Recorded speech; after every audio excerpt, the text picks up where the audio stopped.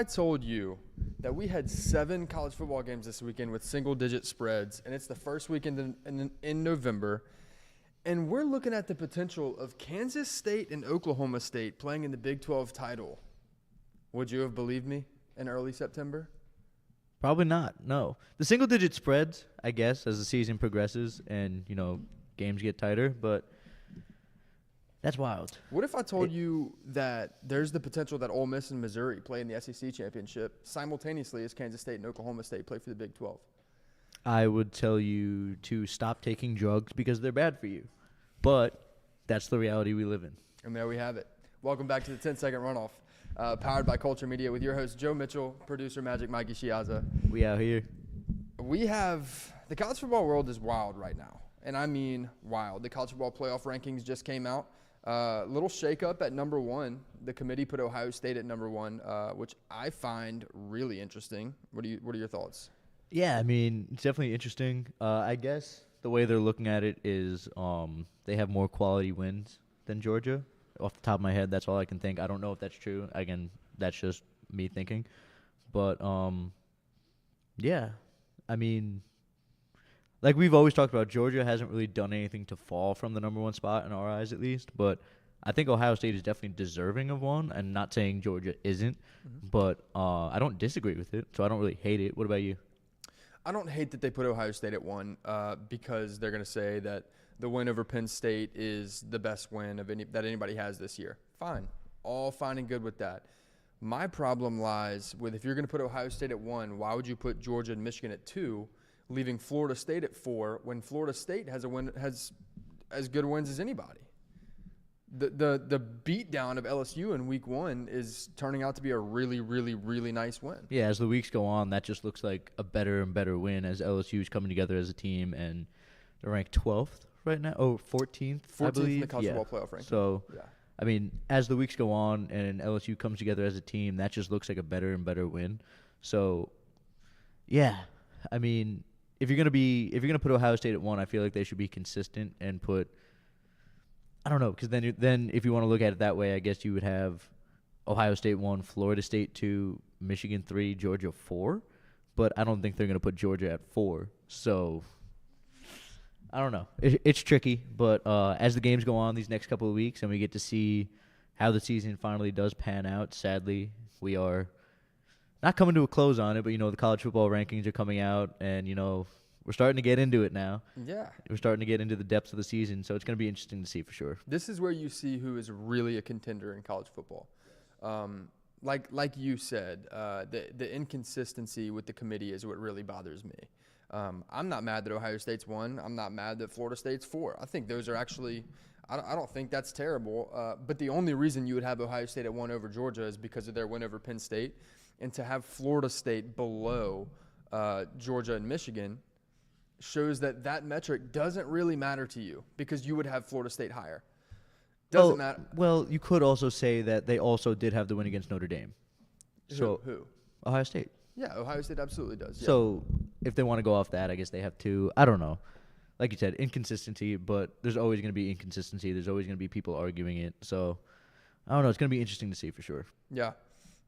Well, while we're on Florida State, I don't know if you guys have been paying attention, but Garnett the Goldfish has made several appearances at Florida State games, and Florida State has not lost with him in attendance. There is a little conspiracy going around that Boston College game was won by Garnett the Goldfish. Oh, really? No. But had he not been there, who knows what would have happened? They're undefeated with him in attendance. It's kind of crazy that Garnett the Goldfish, he's got air miles. He was on the plane. He was in first class seat. He was living it up. Yeah, he's got points. He's got points at this point.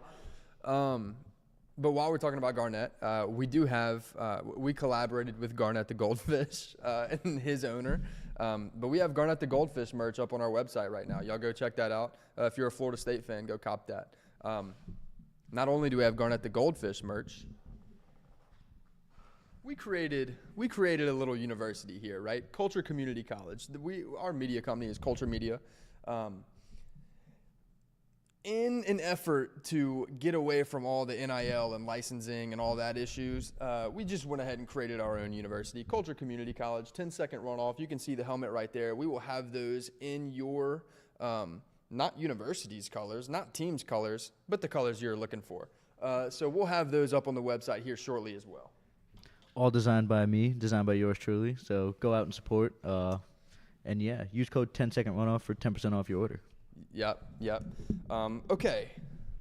Now that we're through all of that, like I said at the beginning of the show, we do have 7 games with single-digit spreads, 8 games that are really can't miss action. So I'm going to go through the rest of the games really quickly, and then we'll get into those 8 games. So, again, really quickly, and Mikey, you can help me out with this. Number 1, Ohio State is at Rutgers. They're an 18.5-point favorite. Rutgers has actually been pretty decent this year. They got kind of stomped by Michigan in week 4? I believe it was week 4. Since then, I think they only have one more loss. But Ohio State's really good. They're ranked number 1 for a reason. I'm not going to take them to cover this spread, but it's a big win. Rutgers is also, I believe that Michigan game is the only game where they didn't cover. Even if they lost, they were still like backdoor covers and stuff like that. So if you're betting, keep that in mind. It's also at Rutgers.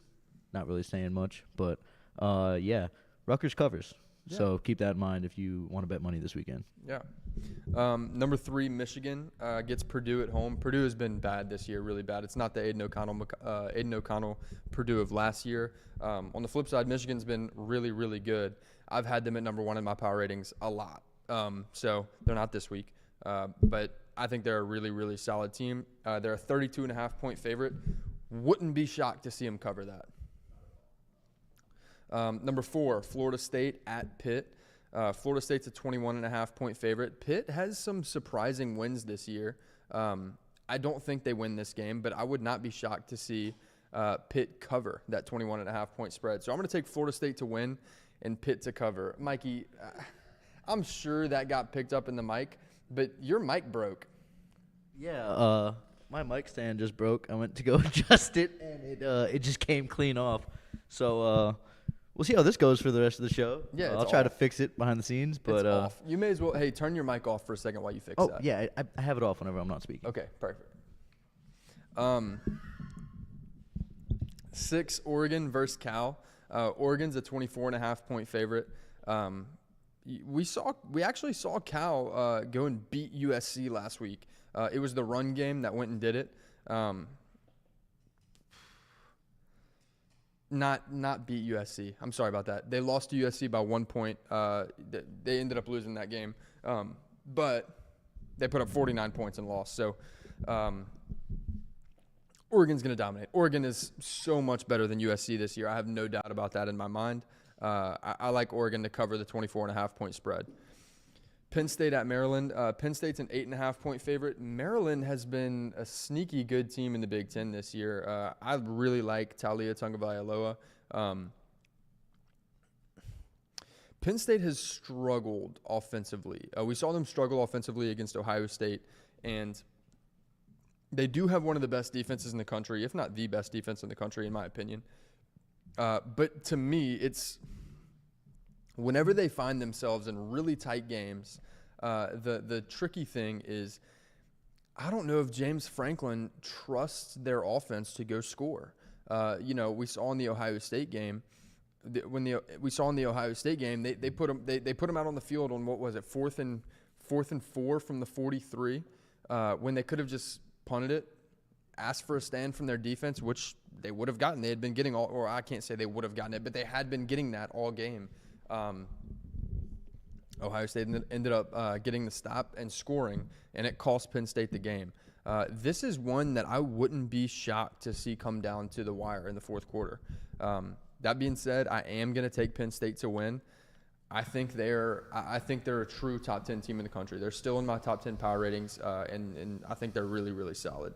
To me, the question is the late game coaching decisions by James Franklin. If there's a couple different plays that he could have went and won that Ohio State game. A couple different decisions down the stretch. That needs to be cleaned up a little bit, but I don't have any questions about Penn State as a football team. 13, Louisville versus Virginia Tech. Louisville is a 9.5-point favorite. We just saw what Louisville did to Duke last week. We've seen Louisville dominate Notre Dame, get the 3-point win versus NC State. I think Louisville's a really, really solid football team that a lot of people slept on coming into the year, and now they're in a position where they very well may be playing for the ACC championship. I think Louisville blows this 9.5-point spread out the water. I'd probably set it at 14.5. Number 16, Oregon State at Colorado. Oregon State's a 13.5-point favorite. I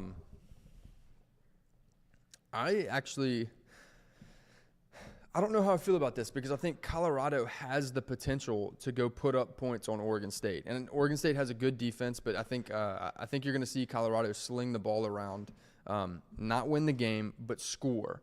And if Oregon State can't do that at a significant rate, within their run game and trusting on DJ Uiagalelei, it's going to be hard to cover that 13.5-point spread. I don't know if they win this one by 2 possessions. And I say that because I do think Colorado is going to score. Now, on the flip side, I think Colorado has no chance to win this game. On the offensive and defensive lines, they are just straight up outmatched. Oregon State's going to run the ball effectively, and they're going to get to the passer. I do think Shedeur Sanders has a big day. I think we can count on him for 250 to 275 passing yards. He's been pretty consistent with that. So I do think Colorado scores, but it won't be enough to beat Oregon State, in my opinion. Are you situated back there? Oh, we should be good now. We should be. I had to go get a new mic. I don't know what just happened. I don't know how that just snapped off like that. I'm sure our boss is not going to be happy, but that's a problem for tomorrow. 17, Tennessee versus UConn. Tennessee's a 35.5-point favorite, and we'll get to the Missouri-Georgia game later on in the show. But Tennessee is a big, big Missouri fan this week. Tennessee needs Georgia to have another loss at this point. Tennessee needs to, one, beat Missouri, but they need to, whenever they see Georgia, be seeing them where they already have a loss. Because Tennessee has 2 conference losses on their record right now, and if they can get to a scenario where they're playing Georgia, with a chance to overtake them for the SEC East, that game could be very interesting. Nonetheless, they beat the piss out of UConn this week, and I wouldn't be shocked to see them cover the 35. Yeah, they're definitely going to cover. You think definitely? I think so. I mean, no offense to UConn. I do have a friend that plays there. Shout out to Colin. But I don't think that there's a chance. That's crazy. That's crazy. You're just 35 switching and up a like half. that.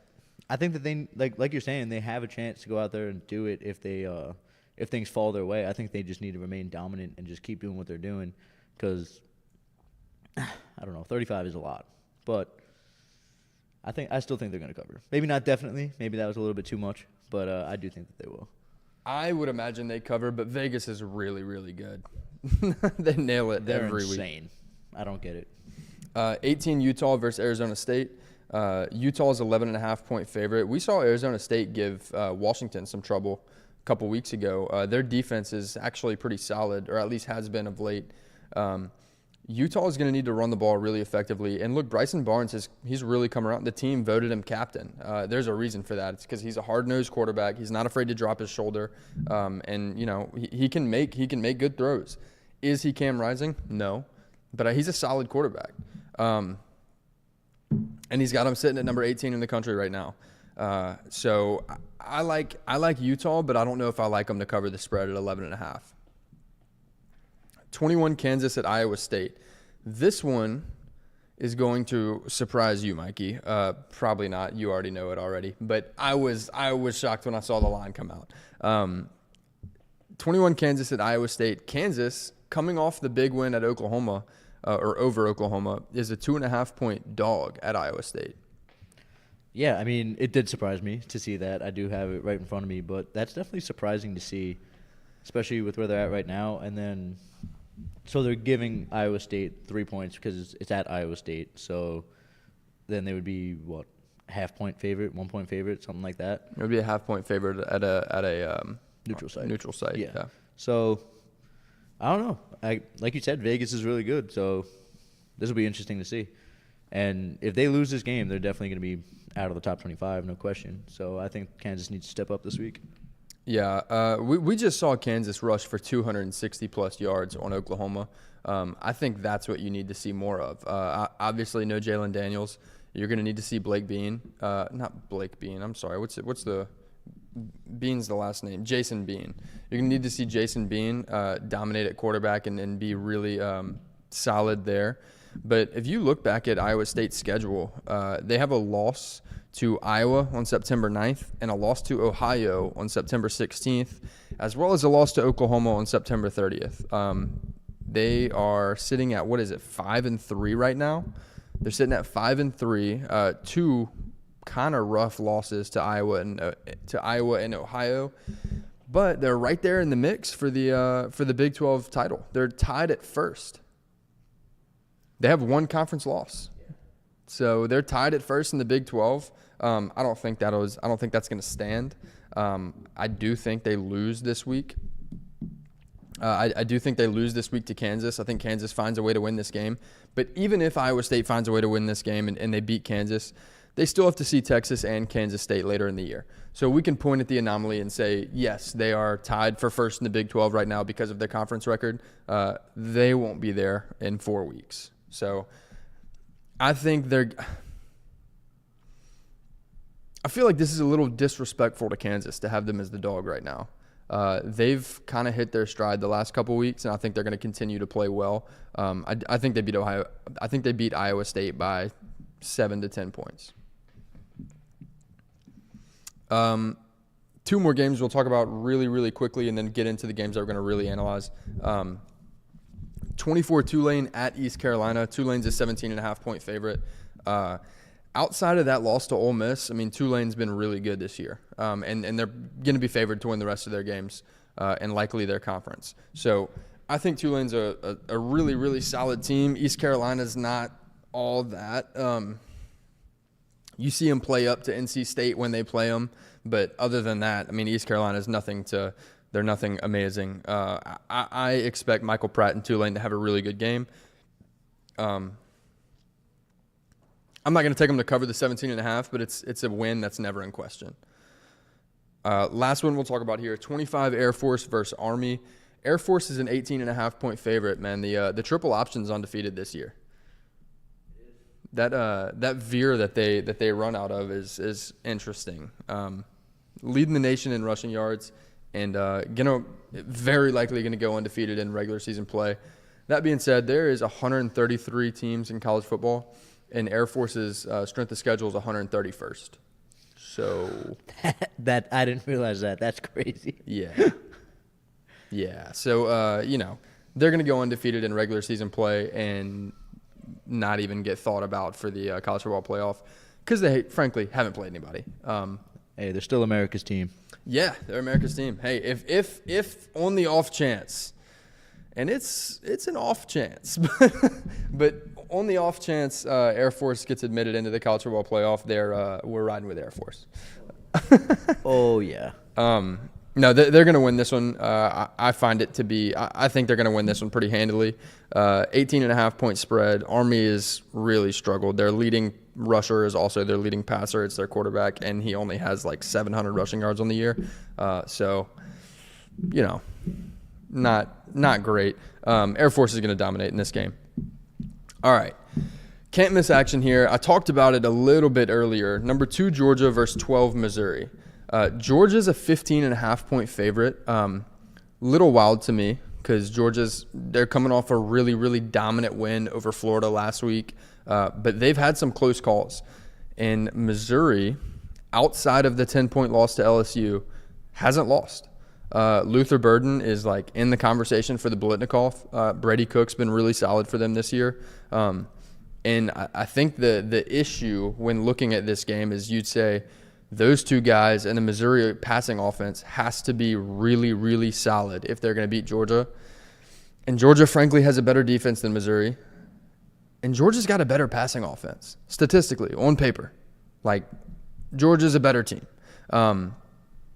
Missouri hadn't beaten Georgia since 2013. That was their second year in the SEC, and they went on to win the SEC East that year and play for a title, an SEC title against Auburn that year, I believe. I believe so. Yeah, I believe it was Auburn. It was Auburn versus Missouri that year. And, normal history fashion, here we are 10 years later, and it's we have the opportunity for history to repeat itself. Not Auburn to get to the SEC championship, but Missouri is, they're making their case. With a win here in Georgia, it's going to get really, really interesting. We'll see how that goes. I don't see it happening for them. Like I said, it's going to have to be behind Brady Cook and Luther Burden. They do have a decent passing defense. One of their safeties is up for the see if you can spike it. Yeah, I just dropped my drink all over the floor. I'm all over the place today. I break a mic. I'm spiking a bottle on the ground. I apologize, everybody. What is going on? Anyway, continue. Yeah. One of the safeties over there at Missouri is up for the Thorpe Award. So they do have a decent passing defense. But overall, you take these two teams and look at them on paper, Georgia's better across the board. That doesn't mean Missouri can't win. But I don't think now is the best time to be playing them after they're literally on a 25-game win streak dating back to 2021. Georgia's on a 25-game win streak dating back to 2021, and that loss was in the SEC championship. And by the way, Georgia won the national championship that year. So to be facing them for the first game after them not being ranked number one and getting a little bit disrespected by the College Football Playoff Committee, they got whiteboard material. They're gonna be hungry for a win. That's kind of the one thing that Kirby Smart always hangs his hat on. Is in that 2021 season when Georgia won it for the first time in 40 years or whatever it was. It was right after the COVID year, and it didn't get a lot of talk because NIL was being introduced and all that kind of stuff. And so Kirby said, we went out and won a national championship. We lost one game in the SEC championship to Alabama, avenged that loss in the national championship, and nobody talked about us in the offseason. And that was enough whiteboard material for them to go out and beat everyone they played in 2022. So I think if that was enough whiteboard material for them, this is going to be just enough. I do think it's a really close game. I think Missouri covers the 15.5. This isn't going to be a replay of Georgia versus Florida. Missouri's got a better offense, and I think they're going to score. The question is, is Georgia going to be able to keep up? And I think that's a resounding yes. So I'm going to go Georgia in a 7 to 10 point win here. And this is one that if you're not watching it live, or if you didn't watch the first half, you'll be clicking on in the second half because Missouri's going to have a shot late, in my opinion. All right, number 5, Washington at number 20, USC. Washington's only a 3-point favorite, and that's largely because, plain and simple, they got to tighten up. You saw 2 weeks ago, Washington really struggled offensively. They couldn't put up a touchdown on offense, and they relied on their defense to get the pick six to go win that game 2 weeks ago. And then last week, you saw that kind of switch. The offense put up 42 points last week, and the defense couldn't close out Stanford. So, you've seen them struggle on both sides of the field. But Michael Penix Jr., one of the best quarterbacks in the country, he's sitting at number 2 in Heisman odds right now. In my opinion, if he gets a win here, he's probably going to win the Heisman.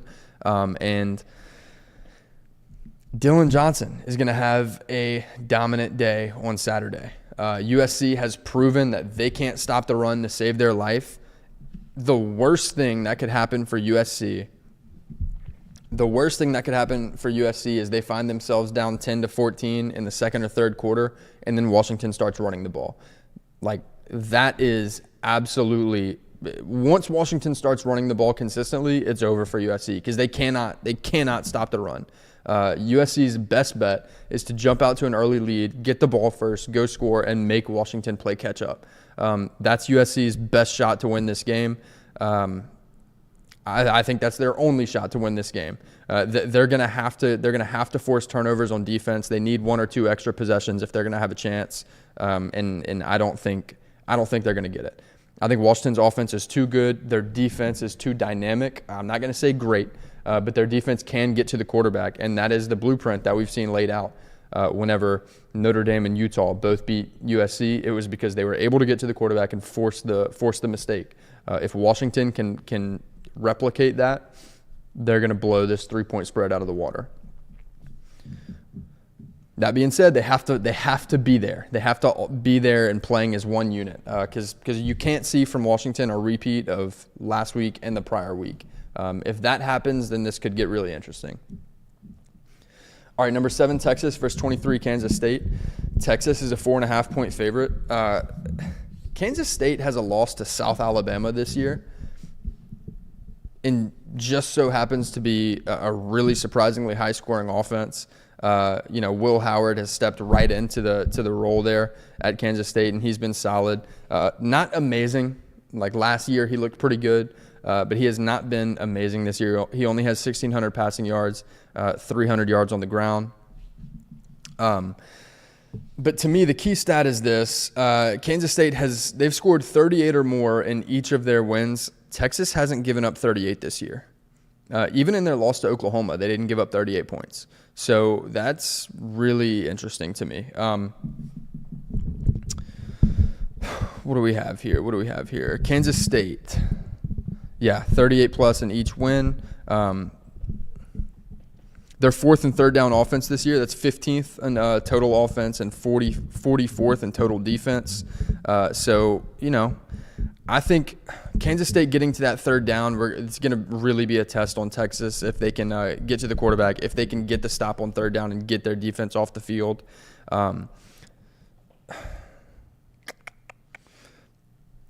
Quinn Ewers is out for Texas. I don't think, look, out of everything, all these stats I'm throwing at you, all this stuff, I don't think it's going to matter. Quinn Ewers is out for Texas, but Malik Murphy's not a huge step down. He's a really, really, really solid quarterback. Jonathan Brooks is the man. He's the running back over there at Texas, and he's already broken 1,000 yards rushing. He's going to break it this week. He's at, 930 some odd rushing yards. He needs 70 something to break it. Kansas State has given up over 100 yards rushing a game. Wouldn't be shocked to see Jonathan Brooks break the 1,000-yard mark this week. Again, Kansas State has a couple really nice wins on their schedule already, but it's not going to be enough to hang with Texas, in my opinion. Now, if they do, things get really interesting because they will be tied for first in the Big 12 with a loss to South Alabama on their schedule, which is wild. We'll see how that plays out, but I'm riding with Texas here to cover that 4.5. Number 8, Alabama versus 14, LSU.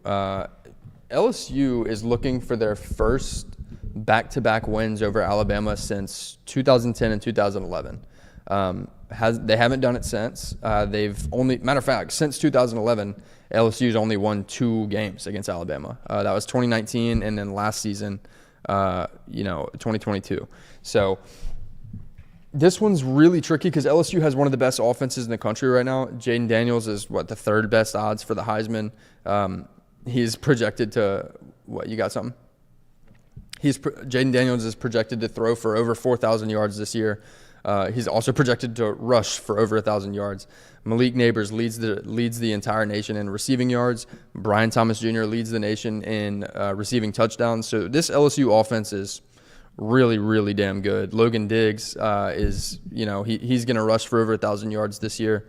The problem with LSU, because all of that remaining true, leads you to want to take LSU in this game. But there's a reason they're a dog. They are severely depleted defensively. Mekhi Wingo was an All-American defensive lineman last year, defensive tackle. He's out for the year, just had season-ending surgery. LSU is now without Zy Alexander, Deuce Chestnut, Denver Harris. That's 3 corners that get real meaningful playing time. They're going to be relying on, they're going to be relying on Major Burns and Sage Ryan as the 2 most experienced guys in that defensive backfield right now. Outside of that, they're looking at 2 freshmen who are going to be stepping in and trying to make a difference. If LSU is going to win this game, it's going to be because of the linebacker play. It's going to be because of Harold Perkins, Whit Weeks, Greg Brooks, and Omar Spates. Not Greg Brooks. Greg Penn. I apologize. Greg Penn. Linebacker play there. So if LSU is going to win, it's going to be because the linebackers were able to get to the quarterback and stop the run, and dare Jalen Milroe to throw the deep ball, which he does really well. He does that really, really well, and he can move on his feet. So to me, when looking at this game, the problem is I see LSU's really, really elite offense and Bama's really, really good defense, and the disparity between LSU's offense and Alabama's defense is not as wide as the disparity between Alabama's offense and LSU's defense. And I think that would have been true before all the injuries, but now that LSU is even, they're not even as deep as they were earlier in the year, this is going to be really difficult for LSU to win the game. Now, can they? Yeah. They absolutely can. Again, one of the best offenses in the country. I think it's going to be hard to keep them below 35, 38 points. But I think the same can be true. The same can be said about Alabama. If you're going to make a bet on this game, I would say the over for sure. I would also say the over. The spread here is Alabama -3. This one's so tricky because I think if the LSU team that played Missouri 4 weeks ago was playing Alabama, I think I'd take LSU in that game.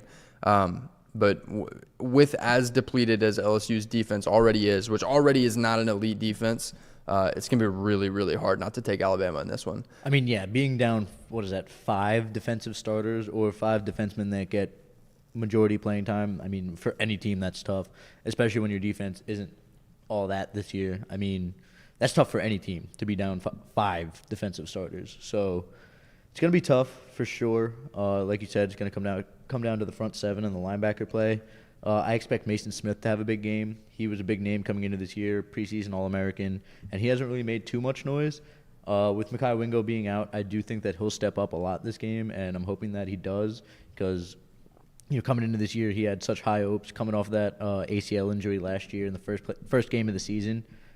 And he's kind of been disappointing this year, so I'm looking for that out of them. And, just if any of these younger guys can step up and maybe, I don't know. It's going to be tough for LSU for sure, but I do think that it's going to be a high-scoring game and it's going to be a close one. I don't know what the outcome is going to be. Obviously, no one does. But going to Tuscaloosa and winning is going to be hard. College game day is going to be there. The stadium's going to be packed. It's going to be an electric game for sure.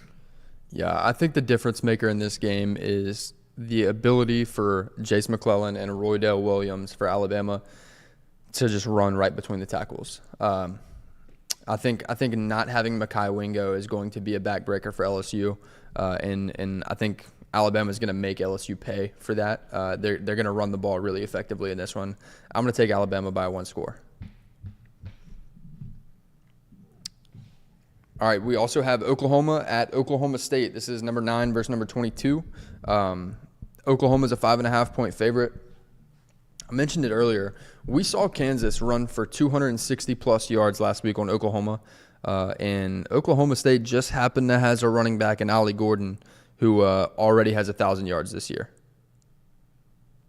So, Gonna be a problem. Yeah. And also, I said earlier, I always mix these up. Kansas State does not have a loss to South Alabama. It's Oklahoma State that has a loss to South Alabama. Yeah, I mean, look, Oklahoma State's going to be doing more of the same. Ollie Gordon's going to get the ball 15 to 20 times, in my opinion. They're going to run it a lot and effectively. If you're Dylan Gabriel in Oklahoma, you can have no mistakes. And you've got to be able to find the end zone. Last week, Dylan Gabriel, he was 167 yards passing, no touchdowns, and an interception. Can't have that against Oklahoma State because if you give them an extra possession, they're going to steal 3 or 4 minutes of time of possession there and likely score on it. Cannot give them that.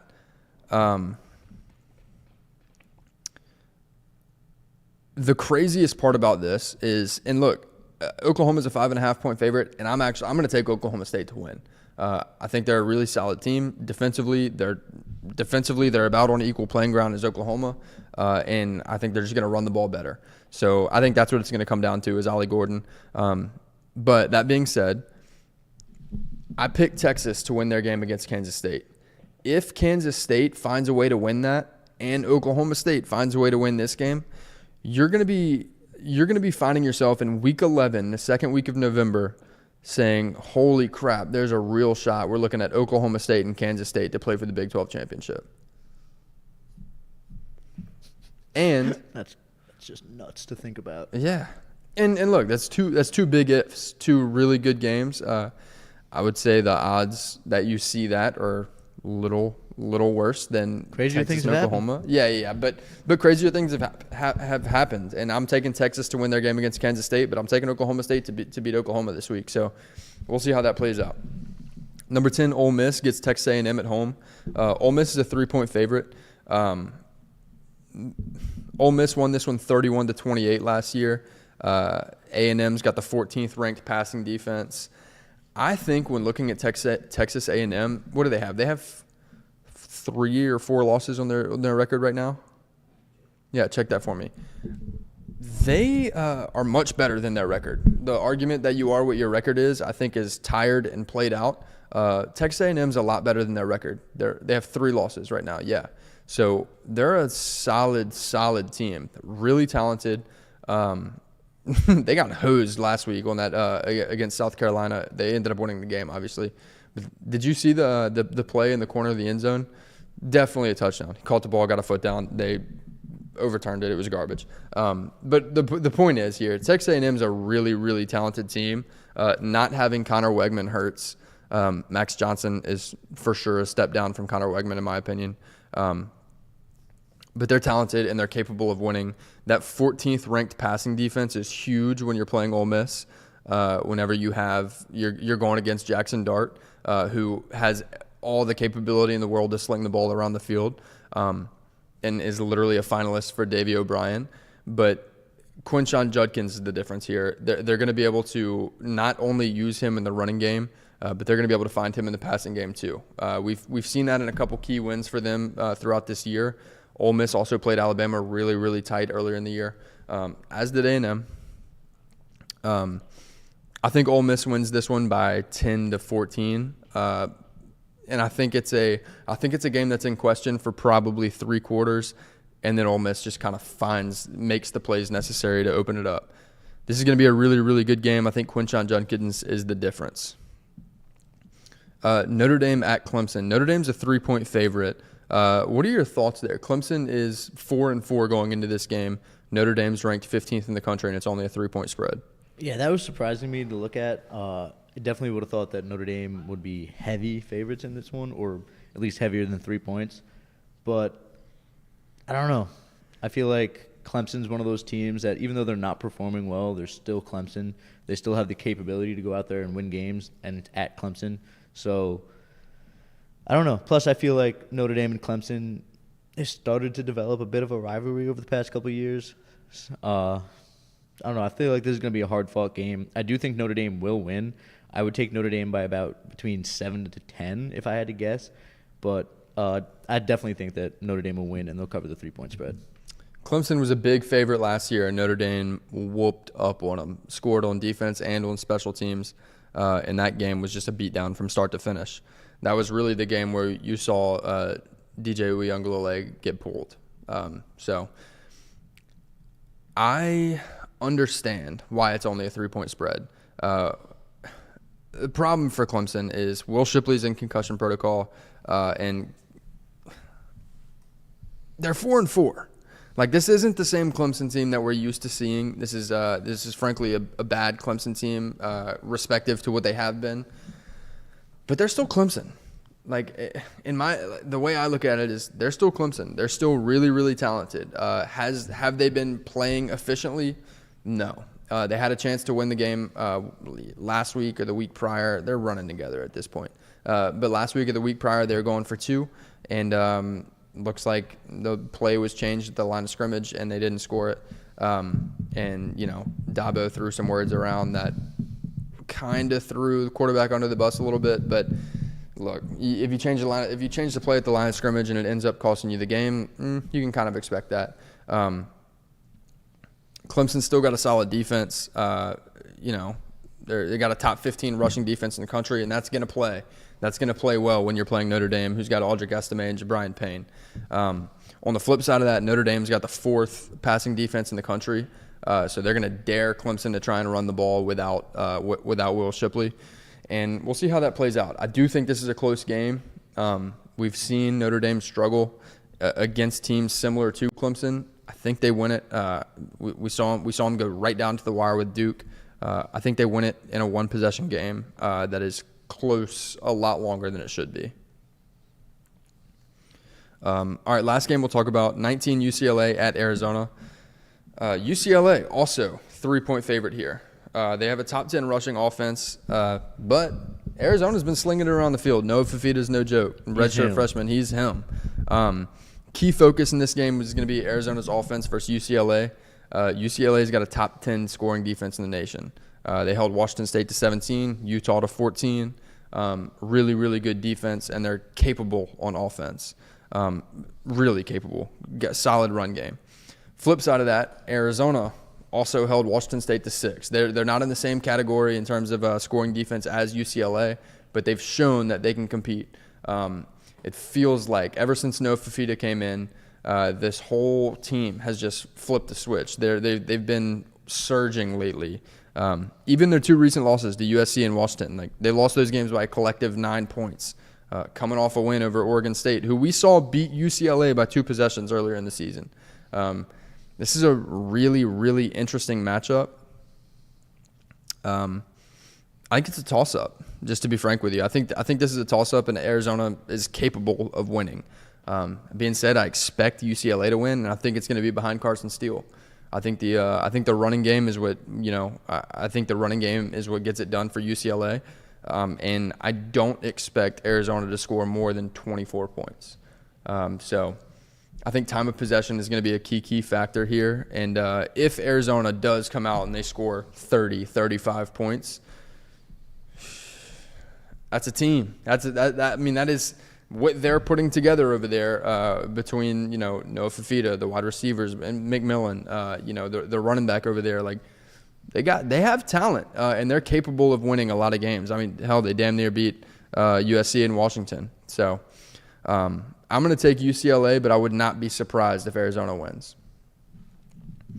Those are the games for this week. If you're going to any of them, go over to SeatGeek. Use code 10-second runoff. That is 10SECONDRUNOFF. Mikey's making fun of me behind the camera. I'm not making fun of you, but I'm repeating the code, making sure you get it right. Save yourself $20 on your first purchase by using that code. Do whatever you want with those $20. If it were me, I'd probably get a case of beer for the tailgate. But do what you want. So those are all the games this week. Use the code if you need tickets. Go get yourself some tickets. Save yourself $20. You can also use that $20 to bet on the locks I'm about to give you. We have Ohio State minus 8.5 over Rutgers. That is minus 330. Utah minus 3.5 over Arizona State. That one's minus 265. And Louisville minus 2.5 over Virginia Tech. That's minus 330. I believe those odds get you to plus 124. And so that's about where we'll be sitting. I feel really good about these. What are your thoughts? I feel good about it, but we say that every week. And last week we felt real good, and we went 1 for 3 on them. So last week was a crazy week. I don't think. Who'd you say this is going to be a crazy week? Yeah, but not these aren't the games that I predicted to be crazy. Yeah, that's fair. I do think this week's a crazy week, but it's because you have so many single-digit spreads. These were not single-digit spreads. Yeah, we took the alternate spreads. Yeah, we teased these down. So one more time: Ohio State minus 8.5, Utah minus 3.5, and Louisville minus 2.5. We're rocking with that this week, and we will be back on Sunday night to react to Week 10 and see if we have any new odds-on favorites to win their conferences or compete for their conference championships. There's a decent shot we might. So for sure. Yeah. So we'll see that. Right now we have Georgia, who's favored to win the SEC East heavily, and they're playing a team that is could overtake them for the one spot in the SEC East. Alabama is favored to win the SEC West, playing a team who could overtake them for the one spot in the SEC West. And then again, Texas and Oklahoma playing teams that very well could overtake them for a spot for could be tied at first in their conference. So we'll see how all that plays out. We will be back Sunday night with the reaction. Thank y'all for being here.